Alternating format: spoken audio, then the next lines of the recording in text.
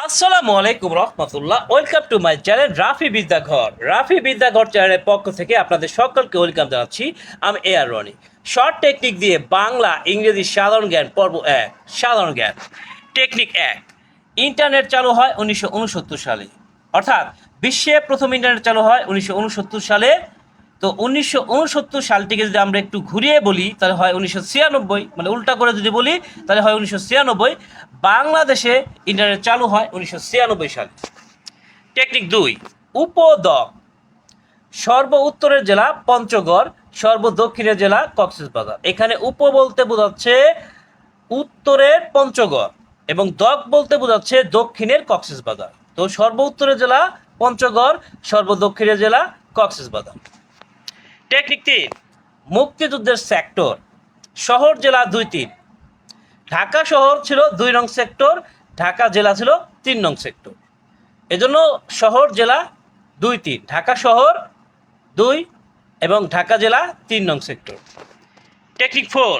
6 দফা। 6 দফা কীভাবে মনে রাখবেন? শাক দিয়ে মূলা রাঁধবে সেনাবাহিনী, শাক দিয়ে মূলা রাঁধবে সেনাবাহিনী। এখানে শাকের সাথে শাসন বিভাগ, শাকের ক তে কেন্দ্রীয় সরকার, মূলার মুয়ের জন্য মুদ্রা ব্যবস্থা, রাত বের কি রাতবে, রাতে রাজস্ব ও শুল্ক সম্পর্কিত ক্ষমতা, বেতে বৈদেশিক বাণিজ্য এবং ফাইনালি সেনাবাহিনী গঠন। এই 6টি হচ্ছে 6 দফা। টেকনিক 5। রাষ্ট্রপতির বাসভবন বঙ্গভবন, প্রধানমন্ত্রীর বাসভবন গণভবন। রাষ্ট্রপতির বাসভবনের নাম হচ্ছে বঙ্গভবন, প্রধানমন্ত্রীর বাসভবনের নাম হচ্ছে গণভবন। এবার চলে আসি ইংরেজিতে। টেকনিক 1। ভার্বের পরে প্রিপজিশন থাকলে তা অ্যাডভার্ব হবে। He went down, the word down is adverb. এখানে ওয়েন্ট শব্দটি ভার্ব, এই ভার্বের পরে প্রিপজিশন ডাউন রয়েছে, এখন এই ডাউন শব্দটা কি হয়ে গেছে? অ্যাডভার্ব হয়ে গেছে। টেকনিক 2। ওয়ান এর পসেসিভ ওয়ান্স। ওয়ান শব্দটির possessive one's, not his or her. Okay, তো one should do dash duty, এখানে হিস বা হার না বসে এখানে কি বসবে? ওয়ান্স। টেকনিক 3।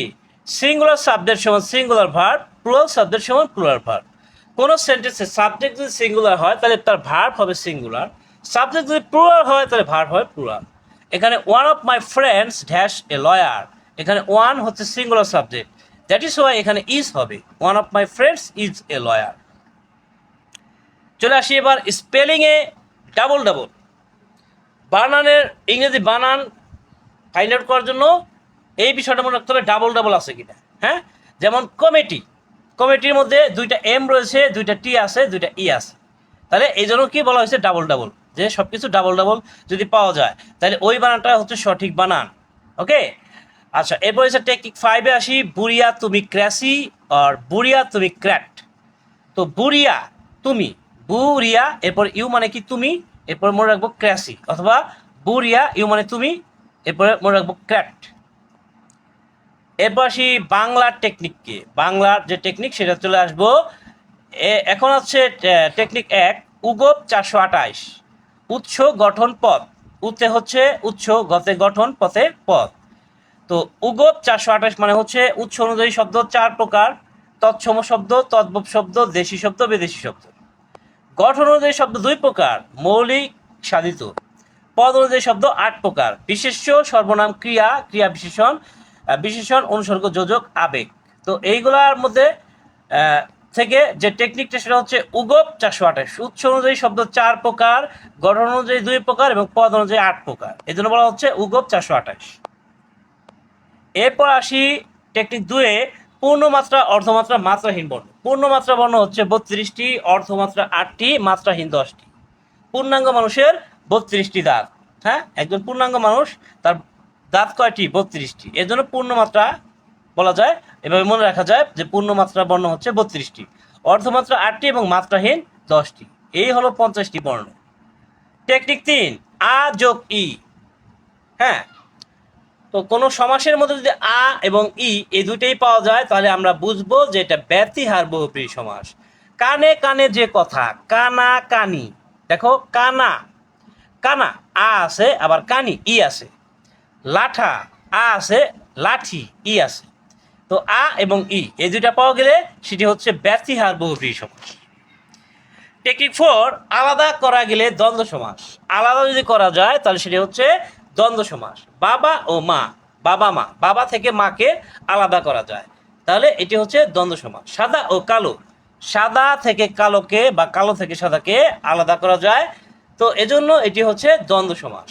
তো আলাদা করা গেলে তাহলে ওইটা হচ্ছে দ্বন্দ্ব সমাস। একটি থেকে বাবা এবং মা থেকে বাবা বা মাকে আলাদা করা যায়, সাদা এবং কালো থেকে সাদা বা কালো আলাদা করা যায়, এই জন্য এগুলো হচ্ছে দ্বন্দ্ব সমাস। টেকনিক 5-এ চলে আসলাম। কোনো শব্দের শেষে কা থাকলে তা ক্ষুদ্রার্থে স্ত্রীলিঙ্গ। কোনো শব্দ যদি দেওয়া হয়, হ্যাঁ, এবং সেই শব্দের মধ্যে যদি কা, কয়কার কা এরকম থাকে, তাহলে আমরা এটাকে ধরে নেব যে ওটা হচ্ছে ক্ষুদ্রার্থে স্ত্রীলিঙ্গ শব্দ। ওকে, তো এই ছিল আজকের ভিডিও। আগামীতে হাজির হব অন্য কোনো নতুন টপিক নিয়ে। আর এই রকম ভিডিও যদি আপনাদের ভালো লাগে তাহলে অবশ্যই কমেন্ট করে জানাবেন।